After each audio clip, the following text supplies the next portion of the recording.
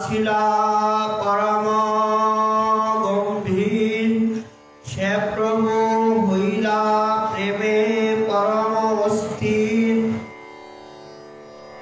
নদিয়ায় মহাপ্রভুর প্রেম ভক্তি প্রকাশ।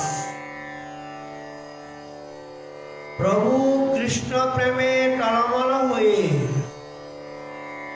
আর যথাসময়ে শুক্লাম্বরের গৃহের অভিমুখে ছুটলেন। কারণ ভক্তগণকে ইনি কথা দিয়েছেন তার মনের কয়েকটি কথা তিনি একান্তে বৈষ্ণবগণের নিকটে ব্যক্ত করতে চান। প্রভুর এখন সেই স্বাভাবিক গতি নেই। নিমাই পণ্ডিত পূর্বে যেভাবে মদমত্ত গজরাজের ন্যায় চলতেন, সেই গতি ভিন্ন অর্থ প্রাপ্ত হল। এখন গৌরাঙ্গ প্রেমে টলমল করে আর চলছেন। পরম সমাদরে তাকে উপস্থিত বৈষ্ণবগণ সম্ভাষণ করলেন। প্রভু যখন গিয়ে শুক্লাম্বরের গৃহে উপস্থিত হলেন, প্রাচীন বয়োবৃদ্ধ নবীন সকল বৈষ্ণবগণ উঠে তাকে সম্ভাষণ করলেন, মর্যাদা দিলেন। প্রভুর সেই দিকে দৃষ্টি নেই। কে এনাকে মর্যাদা দিল, কে দণ্ডবোধ করলো, কে দাঁড়িয়ে তার অভ্যর্থনা করলেন, এই বাহ্য দৃষ্টি একেবারেই মুক্ত। সাধু বৈষ্ণব দর্শন মাত্রেই তার শ্রীবদনের থেকে আর ভক্তি বিষয়ক উত্তম উত্তম যে শ্লোক নিখিল শাস্ত্রে ভক্তি এবং ভজনাত্মক উত্তম উত্তম শ্লোকগুলি প্রভু আমার ব্যক্ত করে চলছে, উচ্চারণ করতে লাগলেন। ভক্তগণ এইগুলি শুনে আর পরমানন্দে হরিধ্বনি দিচ্ছেন। প্রভু কৃষ্ণ বিরহে আত্মহারা। এখন আর প্রভুর বাহ্য জ্ঞান নেই বিদায় এখন পাণ্ডিত্যের কোনো বিষয় নেই, কেবল প্রেমের বিষয়। কৃষ্ণ বিরহে আত্মহারা হয়ে হা কৃষ্ণ তুমি কোথায় গেলে, এই শব্দ বারংবার গৌরাঙ্গ উচ্চারণ। এই বলে আর আকুল প্রাণে ক্রন্দন করতে লাগলেন। কৃষ্ণ প্রেমে তিনি উন্মত্ত। কৃষ্ণ বিরহে বাহ্য জ্ঞান শূন্য। পাইল ঈশ্বর মোর কোন দিকে গেলাম, আমি তো বহু ভাগ্যের ফলে ঈশ্বরকে পেয়েছিলাম, কিন্তু তিনি কোন দিকে গেলেন বুঝতে পারছি না। হঠাৎ করে আমাকে ফাঁকি দিয়ে পরম ধন কোথায় চলে গেল। এই বলে শুক্লাম্বরের গৃহের স্তম্ভ আর করে ধারণ করে প্রভু ক্রন্দন আরম্ভ করলেন। মানে গৃহের ভিতরে যে সমস্ত অবলম্বন থাকে এরকম স্তম্ভগুলি দাঁড়িয়েছিল গৃহে। প্রভু এই স্তম্ভগুলিকে আর কৃষ্ণ জ্ঞান করে তাকে এইভাবে গলায় জড়িয়ে ধরে আর ক্রন্দন করতে লাগলেন। আর ক্রন্দন করতে করতে হঠাৎ করে আর ধপাস করে ভূমিতে পড়ে গেলেন, সংজ্ঞা হারিয়ে ফেললেন, বল চলে গেল দেহ থেকে। প্রভুর প্রেমের প্রেমাবেগ ধারণে অশক্ত হয়ে স্তম্ভ ভঙ্গ হয়ে গেল। যে স্তম্ভের ভিতরে প্রভু দাঁড়িয়েছিলেন, প্রেমময় মূর্তি, প্রেমের যে বৈচিত্র্য, প্রেমের যে শক্তি, এই শক্তি এই স্তম্ভ ধারণ করতে পারলেন না। যেমন সিংহীর দুগ্ধ মাটির পাত্র ধারণ করতে পারে না, আর সঙ্গে সঙ্গে ভেঙে যায়। প্রভুর প্রেম এই রকম সেই স্তম্ভটা ধারণ করতে পারল না। ওটাও আর ভেঙ্গে হঠাৎ করে পড়ে গেল। তখন তিনি আলুলায়িত কেশে হা কৃষ্ণ কোথায় কৃষ্ণ বলে আর মূর্ছিত হয়ে ভূমিতে পড়লেন। পেশাবতার লিখছে, ভাঙ্গিল গৃহের স্তম্ভ প্রভুর আবেশে, কোথা কৃষ্ণ বলি পড়িলেন মুক্ত কেশে। মহাপ্রভুর যে এত সুন্দর কুঞ্চিত কেশকলাপ, এগুলি কুঞ্চিত কেশকলাপ যখন মুক্ত ছিলেন তখন যেন একটা বিশাল অরণ্যের মতোই মনে হচ্ছিল। সেইগুলি চতুর্দিকে ছড়িয়ে পড়ল আর প্রভু মূর্ছিত হয়ে ভূমিতে পড়ে গেলেন। ভক্তগণ সকলে প্রভুর সঙ্গে পড়ে আর ক্রন্দন করতে লাগলেন, কারণ তারা তো স্বাভাবিকই প্রেমিক, আর প্রেমিকগণ স্বাভাবিকভাবেই প্রেমের দশা দেখলে আর স্থির থাকতে পারেন না। সুতরাং প্রভুর ভক্তগণ আর স্থির থাকতে পারলেন না। এইদিকে যারা যারা সংবাদ পেয়ে এসেছেন শুক্লাম্বরের গৃহে, তাদের ভিতরে নবীন এবং সরল এবং সহজ স্বভাব সম্পন্ন হচ্ছে গদাধর। গদাধর যখন শুনলেন যে আজকে প্রভু কিছু ভক্তি বিষয়ক কথা শোনাবেন, গদাধর স্থির থাকতে পারলেন না। তিনি গোপনে এসেছেন, কারণ বয়োবৃদ্ধদের সভা, প্রাচীনরা বসেছেন, এখানে আমি সকলের সামনে কি করে যাব। গদাধর তার জন্য ভিতরে আর লুকিয়েছিলেন, গৃহের ভিতরে গদাধর লুকিয়েছিলেন। তিনিও মূর্ছিত হয়ে আর পড়লেন। কেউ কাউকে দেখার শক্তি নেই যে ইনি মূর্ছিত হচ্ছেন, ইনাকে আমি ধরবো তুলবো, এই শক্তি আর কাউর রইল না। শুক্লাম্বর ব্রহ্মচারীর গৃহে নিম্ন দেশে পবিত্র সলিলা সুরধ্বনি প্রবাহিতা। তিনি আজকে আনন্দে উল্লসিত হয়ে তরঙ্গ ভঙ্গির দ্বারা প্রভুর প্রেম ভক্তির এই বিকাররঙ্গ আর দর্শনে মৃদুমন্দ হাসছেন। গঙ্গার মনের বাসনা পূর্ণ হতে চলছে। যমুনার বাসনা দেখে গঙ্গার স্বাদ হয়েছিল, সেই তরঙ্গ, সেই প্রেমরঙ্গ লীলা। নদিয়ার অবতার নদিয়ায় প্রকাশ করেছেন দেখে গঙ্গা হাসছেন। সবেই হইল প্রেম আনন্দে মূর্ছিত, হাসেন জাহ্নবী দেবী দেখিয়া বিস্মিত। জাহ্নবী হাসতেন বিস্মিত। কিছুক্ষণ পরে প্রভু বাহ্যজ্ঞান শূন্য হলো। তিনি ভূমিসজ্জার থেকে গাত্রোত্থান করে কৃষ্ণরে প্রভুরে মন কোন দিকে গেলাম বলে আর পুনরায় আকুল প্রাণে উচ্চস্বরে আর ক্রন্দন আরম্ভ। এই লীলা মহাপ্রভু সাধকগণকে যা শিক্ষা দিলেন, অর্থাৎ ক্রন্দনই হচ্ছে সাধনার মূল সোপান। যত কাঁদা যায়, যত অনুরাগ করে তাকে ডাকা যায়, নয়নের জলে তাকে যত আহ্বান করা যায়, তিনি যে ততই তার নিকটে, তিনি যে তার ততই সমীপে এসে তাকে সাড়া দেয়। এই কথাই প্রভু জীব জগৎকে শিক্ষা দিচ্ছেন। কাদাই সাধনা। প্রভু নিজে ভক্তভাব অঙ্গীকার করে আর কেঁদে কেঁদে তিনি পুনরায় আর ভূমিতলে পড়লেন। আচারের সমুচ্চয় নাহি শ্রীঅঙ্গ, না জানে ঠাকুর কিছু নিজ প্রেমরঙ্গ। ব্রহ্মচারীর কুঠিরে কৃষ্ণ কন্দন কোলাহলে পূর্ণ হলো, কৃষ্ণ প্রেমানন্দে মুখরিত হলেন। উঠিল পরমানন্দ কৃষ্ণের ক্রন্দন, প্রেম বলে শুক্লাম বরের ভবন।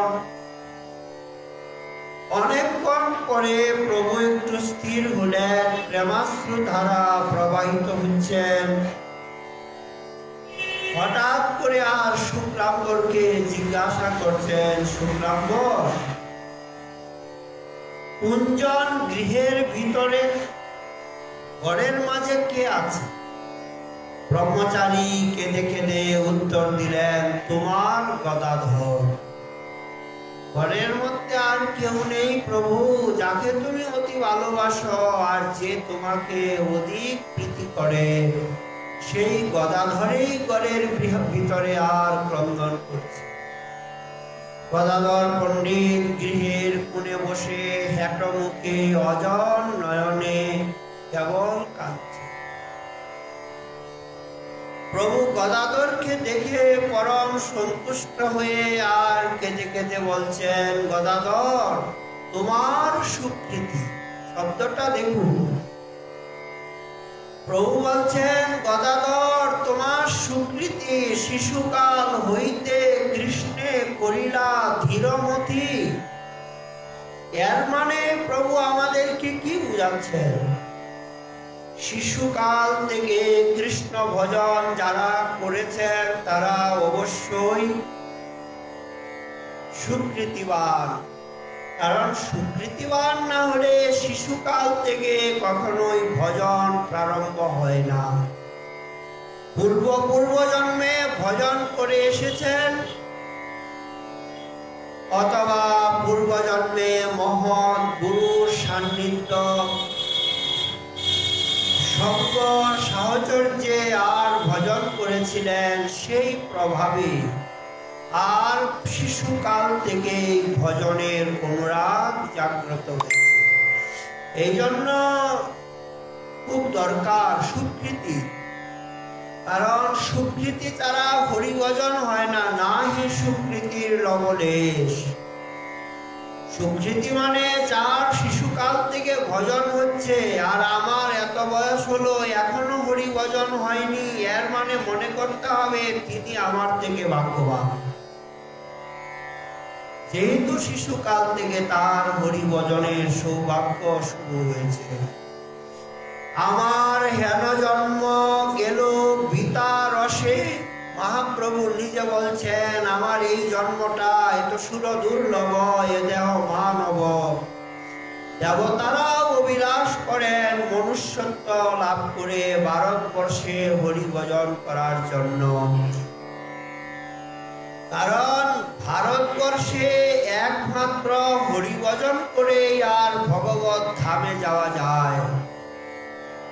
এই জন্মটা পেয়ে আমি পিতা মানে নিষ্ফল অনর্থ রস, সেই রসে আমি নিজে সময়টাকে অতিক্রম করেছি। পাইল মনুষ্য অমূল্য নিধি, গেল দিন দোষে। এই অমূল্য নিধি যে ক্ষণভঙ্গুর দেহ, এই দেহের কোনো মূল্য নেই। এই পাঞ্চভৌতিক দেহ এখানেই থেকে যাবে। যেমন আপনি একটা নদী পার হয়ে ওপারে যাবেন, কারো বাড়িতে খুবই প্রয়োজন গভীর রাত্রি, কিন্তু একটা নৌকার কত প্রয়োজন। নৌকা না হলে এপারের থেকে ওপারে যাওয়া যাবে নাকি? খরস্রোতা নদী। কিন্তু নৌকাটা কি আপনি সাথে করে নিয়ে যাবেন নাকি? যে এত দুর্মূল্য নৌকা, এটাকে যখন পার হয়ে আর ওপারে এসেছি, চলো এই নৌকাটাকে কাঁধে করে আবার নিয়ে যাই। ওটার আর প্রয়োজন নাই। নদী অতিক্রম করলেন, নৌকা ওখানেই থাকে, আপনি যাবেন। এই দেহটা ভবতরী মানে ভব নদীকে উত্তরণের জন্য তরণী বা নৌকার নেয়, এটাকে নিয়ে যাব না। কিন্তু এর ভিতরে একটা সূক্ষ্ম অন্তঃচিন্তিত দেহ আছে, যে দেহটা অন্তরে আপনি যা চিন্তা করবেন তা অনায়াসে লাভ করবে। আধুনিক কালেও, এই কলিকালে এখনো জীবিত আছে, কোনো এক ভক্ত দক্ষিণ ভারতে এখনো আছে। দক্ষিণ ভারতে একজন ভক্ত আছেন, যিনি আপনি ওনার কাছে যাবেন, আপনাকে জিজ্ঞাসা করবে, আপনি মনে মনে কিছু চিন্তা করুন।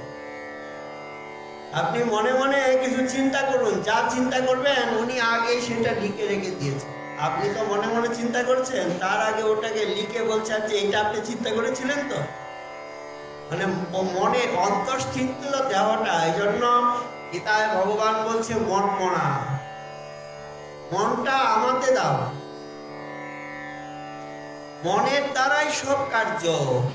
যেমন এই সঞ্জয় হস্তিনাপুরেই বসেছিলেন, কিন্তু কুরুক্ষেত্রে সবকিছু কি করে দেখলেন? মনের দ্বারাই। দিব্য দৃষ্টি মানে মন।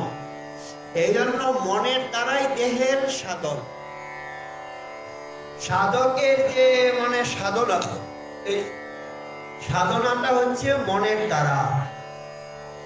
মনের স্মরণ প্রাণ, মধুর মধুর ধাম, যুগল বিলাস স্মৃতি সার।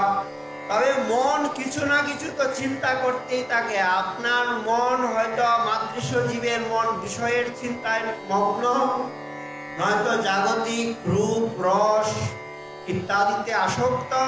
এই নিয়েই দিন রাত বিব্রত। আর মহতের মন তার ভাবে, তার রূপ গুণ লীলায় আসক্ত। মনের কাজ আছে, কাজ ছাড়া মন এক মুহূর্ত থাকতে পারে না। অতএব মনমনা ভব। এই মনের দ্বারা ঈশ্বরের ভজন। দেহের দ্বারা মানে কি? দেহ দিয়েও ভজন আর মনের দ্বারাও ভজন। এই দেহটা না থাকলে মনে কাজ করবে না। এই দেহটাকে অবলম্বন করে আর মনের সাহায্যে যে দুর্লঙ্ঘনীয় এই ভবসাগর, এই সাগরকে মানব অতি সহজে অতিক্রম করতে পারে। এই জন্য প্রভু বলছেন, পাইয়া অমূল্য নিধি গেল দিন দোষে। আমার নিজের দোষের কারণে এই অমূল্য নিধিকে পেয়েও আমি কোনো মূল্য দিতে পারিনি। এই দেহের যে কতটা মূল্য, যখন আপনার এই দেহটা চলে যাবে, বায়ুবীয় শরীরে আপনি ধারণ করুন, পশু পক্ষী বৃক্ষ তরুলতা দেবতাই হন, তখন অনুভব হবে, হাইরে এগুলি তো সব ভোগায়তন দেহ। ওটাই হচ্ছে একমাত্র সাধন দেহ। ভগবান একমাত্র সাধন করার জন্য এই দেহটা দিয়েছেন। যারা ভাগ্যবান জীব তারা কি করেন? এই বস্তুটাকে হৃদয়ঙ্গম করে, এই জীবনের মুহূর্তটাকে অতি মূল্যভূত করে এক তিল ব্যর্থ নাই যায়। তখন তারা মনে করেন এ তো নিঃশ্বাসের বিশ্বাস নেই, যে কোনো সময় চলে যেতে পারে। অতএব এই মনকে, এই দেহকে দিয়ে মনের অধিপতি গোবিন্দের ভজন আমাদেরকে অবশ্যই করতে হবে। এই বলে প্রভু আর ক্রন্দন করতে করতে পুনরায় ভূমিতলে পতিত হলেন। গদাধরের প্রশংসা করতে লাগলেন, গদাধর তুমি তো শিশুকাল থেকে কৃষ্ণ ভজন করেছ, কারণ তোমার নে সুকৃতিবান কে আছে? দেখুন, যে বালকটা মাতৃগর্ভের থেকে জন্মের পরের থেকে রাধাকুণ্ডে স্নান করছে, প্রসাদ পাচ্ছে, তা সুকৃতি মনে করতে হবে না? যে জন্মের পরের থেকেই হরি সংকীর্তন শুনছে, সাধু বৈষ্ণব দর্শন করছে, এই ব্রজবাসীগণকে এতটা শাস্ত্রের মহিমার কথা কেন বলছেন? না, এখানে এরা শিশুকাল থেকেই ধাম, সাধু, বিগ্রহ ইত্যাদি অচিন্ত বস্তুকে তারা জন্মের পরের থেকেই পাচ্ছে। অন্যত্র এটা পাওয়া যায় না। যার জন্য শিশুকাল থেকে যিনি ভজন করেছেন তিনি ভাগ্যবান। কৃষ্ণ কোতা বন্ধু সব বলহ সত্তর। প্রভু প্রেমোন্মত্ত হয়ে আর বলছেন, বন্ধুগণ কৃষ্ণ কোথায় আছেন আমাকে বলো। এই প্রকার প্রভুর মুখে আরতি বচন শুনে সকলেই কাঁদতে লাগলেন। প্রভুর গদাধর প্রভুর বাল্য বন্ধু, প্রাণ অপেক্ষাও প্রভু তাকে ভালোবাসে। তাকে দেখে প্রভুর কৃষ্ণ বিরহ সমুদ্র যেন আরো দ্বিগুণ বেড়ে গেল। কারণ গদাধর পণ্ডিত আজন্ম কৃষ্ণ ভক্ত। তাই প্রভু তার ভাগ্যের প্রশংসা করতে করতে আর ক্রন্দন করছিলেন, গদাধর তুমি ভাগ্যবান, আমার বৃথা জন্ম গেল। প্রভু বলে, মূর দুঃখ করহ খণ্ডন, আনি দেহ মুরে নন্দ গোপের নন্দন। তোমরা আমার দুঃখ দূর করো, আমাকে তোমরা সেই গোপরাজ নন্দনন্দনকে এনে দাও। তোমাদের কাছে আমি আর কিছু চাই না, কারণ কৃষ্ণ সে তোমার কৃষ্ণ দিতে পারো। কারণ কৃষ্ণ কাদের? বৈষ্ণবেরই তো কৃষ্ণ। কৃষ্ণকে দিতে এবং কৃষ্ণ নিতে শক্তি ধরে। বৈষ্ণবগণ কৃষ্ণকে হৃদয়ে ধারণ করে রেখেছেন, কৃষ্ণ বৈষ্ণবের হৃদয়ে আবদ্ধ। আপনাকে কে কৃষ্ণ দিবেন? বৈষ্ণবে দিবেন। মাতৃস্ব জীবের কোনো যোগ্যতা নেই কৃষ্ণ প্রাপ্তির। তবে যদি গুরু বৈষ্ণব সদয় হয়, তারা যদি কৃষ্ণে মতি হোক এই প্রকার আশীর্বাদ করেন, তাহলে তারা অনায়াসে সেই ভাগ্যবান জীব